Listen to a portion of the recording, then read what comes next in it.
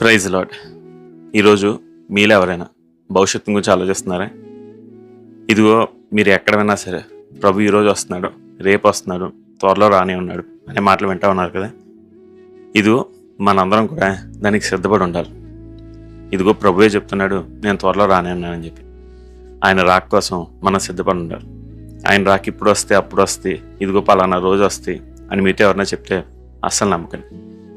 ఎందుకంటే అపోస్తల కార్యాలు 1:7 స్వయాన యేసుక్రీస్తు ప్రభువే చెప్తున్నారు, కాలంలో సమయాలు తెలుసుకోవడం మీ పని కాదు, అవన్నీ తండ్రి స్వాధీనంలో ఉన్నాయని చెప్పి.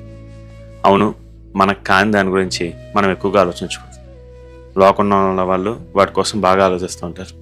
ఇదిగో చాలామందికి భవిష్యత్తులో ఏం జరుగుతుందో తెలుసుకోవాలని ఇష్టం. అందుకనే జాతకాల దగ్గరికి, ఆస్ట్రాలజిస్ట్ దగ్గరికి వెళ్తూ ఉంటుంటారు. ఇదిగో వాళ్ళు అవి ఇవి చెప్తూ ఉంటుంటే వాటన్నిటినీ నమ్ముతూ ఉంటారు. మనం 100 రాళ్ళు పెట్టి ఓ మామిడికాయని కొడితే ఆ 100లో ఒక్కటైనా ఖచ్చితంగా తగులుతుంది. ఇలాగే వీళ్ళు చెప్పే మాటలు 100లో 1 ఏదో అనుకోకుండా జరుగుతుంది. అది కోఇన్సిడెన్స్.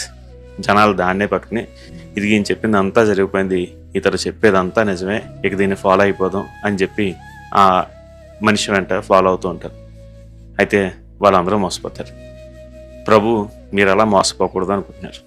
అందుని బట్టే కాలాల సమయాల కోసం ఆలోచించుకుని మీ పనల్లా ఈరోజు మీరు దేవునికి నమ్మకంగా ఉండాలి. ప్రభు ఇప్పుడు వస్తే మీరు దేవుడితో చెప్పాలి, దేవా నేను సిద్ధంగా ఉన్నానని చెప్పి. మర్నాత అని మీరు పిలాలి, ప్రభు త్వరగా రా అని మీరు వేడుకోవాలి. అవును, ప్రభు రాకడ కోసం మనం సిద్ధంగా ఉండాలి. ఎందుకంటే మన ప్రభు మనల్ని పరలోకానికి తీసుకెళ్తాడు. మన ప్రభుతో మనం నిత్యం జీవించవచ్చు. ఆ ఆశే మనకు నిరీక్షణ. ఇదిగో 1988 ప్రభు వచ్చేస్తున్నాడు అని చెప్పి నాసాకు సంబంధించిన ఒక సైంటిస్ట్, ఆయన పేరు ఎడ్గర్ విసినెంట్. ఈయన ఓ పెద్ద పుస్తకాన్ని రాశారు, 88 reasons why the rapture will be in 1988 అని చెప్పి ఓ పుస్తకం రాసి దాంట్లో ప్రభు ఈ సెప్టెంబర్ నెలలో వచ్చేస్తారు, ఇదిగో 11 నుంచి 13వ తారీఖు మధ్యలో వచ్చేస్తారని చెప్పారు. ఆ పుస్తకం అందరూ నమ్మేశారు. దాదాపుగా 45 లక్షల కాపీలు ఆ పుస్తకం అమ్ముడిపోయింది. చాలామంది అయితే వాళ్ళకున్న ఆస్తులు అమ్మేశారు. వాళ్ళకున్నదంతా అమ్మేసి ప్రభు వచ్చేస్తారు కదా, మనం ఎక్కడే సిద్ధంగా ఉందామని చెప్పి వాళ్ళు చాలా ఎదురు చూశారు. రోజులు దాటిపోయినాయి. ఆ తర్వాత ఆయన అన్నాడు, లేదు నేను తప్పుగా లెక్క వేశాను, 88 కదా 89 వస్తారని ఇంకో పుస్తకం రాశారు. అది జరగలేదు. ఇలా కాదు, ప్రభు 93 వస్తారు, మళ్ళీ ఇంకో పుస్తకం రాశారు. అది జరగలేదు. ఇది కూడా కాదు, ప్రభు 94 వస్తాడు, ఇదిగో లెక్కలని చెప్పి మళ్ళీ ఏవేవో చేశారు. అది కూడా జరగలేదు. చివరికి జనాలు ఇక అతని పుస్తకాలు కొనడం మానేశారు. కానీ 1988 మాత్రం 45 లక్షల కాపీలు ఆ పుస్తకం అమ్ముడిపోయింది. దీనికి కారణం వాళ్ళందరూ నమ్మారు.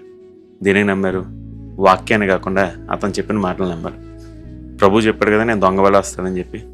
దొంగ అందరికీ తెలిసేలా వస్తాడా? అతను ఎప్పుడు వస్తారో కూడా ఎవరికి తెలియదు. ప్రభు కూడా అది చెప్తున్నాడు, నేను ఎప్పుడు వస్తానో మీకు తెలియదు, మీరు కేవలం సూచనలను బట్టి సిద్ధపడండి అని చెప్పాడు. ఇదిగో ప్రభు రాకడ కొరకైన సూచనలు అన్నీ మన చుట్టూ కనిపిస్తాయి. మనం చేయవలసిన సిద్ధపడ్డం. మనం నిజానికి చాలా ఆనందంగా ఉండాలి. ప్రభు వస్తున్నానంటే మనం ఇంకెక్కువ ప్రార్థన చేయాలి, ప్రభు నువ్వు త్వరగా రా అని చెప్పి. సువార్త అన్ని దేశాలకి వ్యాప్తి చెందాలని, ఇది ఇశ్రాయేలులకు కూడా సువార్త వెళ్ళాలని, వాళ్ళకు కూడా యేసయ్యను నమ్మాలని మనం ప్రార్థన చేయాలి. అది కాకుండా మనం చేసేది ఏంటంటే, రేపు వస్తాడు, ఎల్లుండి వస్తాడు, ఇదిగో ఇలా అలా అని చెప్పి వాటన్నిటిని నమ్మి కొంతమంది దిగులు పడిపోతూ ఉంటారు. కొంతమంది వాడు కొన్న వాటిని అన్నిటిని అమ్మేస్తూ ఉంటుంటారు. కొంతమంది ఏదేదో చేస్తూ ఉంటారు. మనం చేయవలసింది అది కాదు, మనం సిద్ధంగా ఉండాలి. ఈరోజు మీరు సిద్ధంగా ఉన్నారా? ఇదిగో సిద్ధంగా ఉంటే మీరు కూడా చెప్పండి, మర్నాత అని చెప్పి, ప్రభువా త్వరగా రా. అలాగే ఎదురు చూడండి, నమ్మకంగా ఉండండి, సిద్ధంగా ఉండండి. అప్పుడు మన అందరం కూడా దేవుడితో పాటు నిత్యం జీవిస్తాం. మరి ఈరోజు చాలా చేద్దామా? God bless you. Have a blessed day.